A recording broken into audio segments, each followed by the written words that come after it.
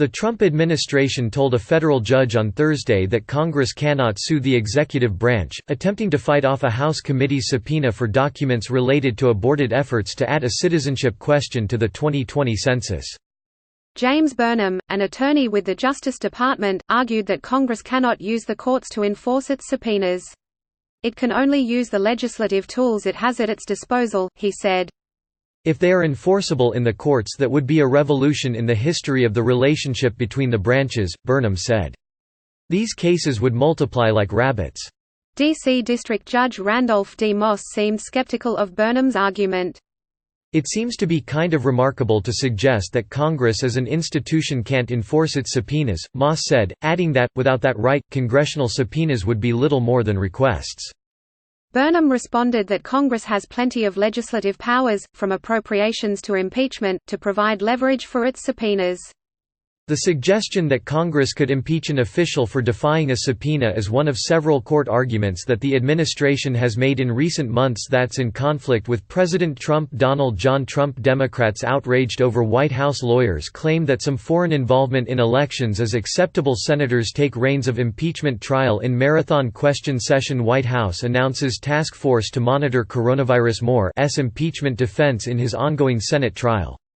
His defense team has argued that the president cannot be impeached on an obstruction charge for going to court to fight congressional subpoenas. The point we made in court is simply that Congress has numerous political tools it can use in battles with the executive branch: appropriations, legislation, nominations, and potentially in some circumstances even impeachment, one Justice Department official told TheHill. For example, it can hold up funding for the president's preferred programs, pass legislation he opposes, or refuse to confirm his nominees.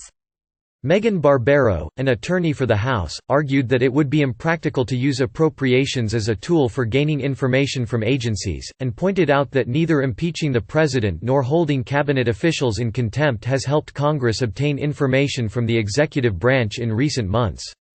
The House Oversight and Reform Committee sued Attorney General William Pelham Barr the urgent need to bolster U.S.-Mexico security cooperation. Trump to ask for M to fight human trafficking, help victims, report Budovsky, Bolton bombshell makes GOP tremble. More and Commerce Secretary Wilbur Louis Ross. The Hill's Morning Report of Bolton tell-all manuscript roils Trump defense in any other administration. Trump's novel strategy for dealing with scandal. Desperate Democrats badmouth economy even as it booms. More in November for refusing to comply with its subpoenas.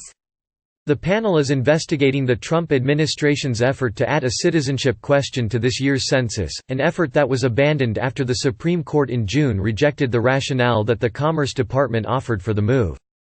In July, the House voted to hold Barr and Ross in contempt for not complying with the subpoena, prompting negotiations between the Oversight and Reform Committee and the administration over a document release to break down.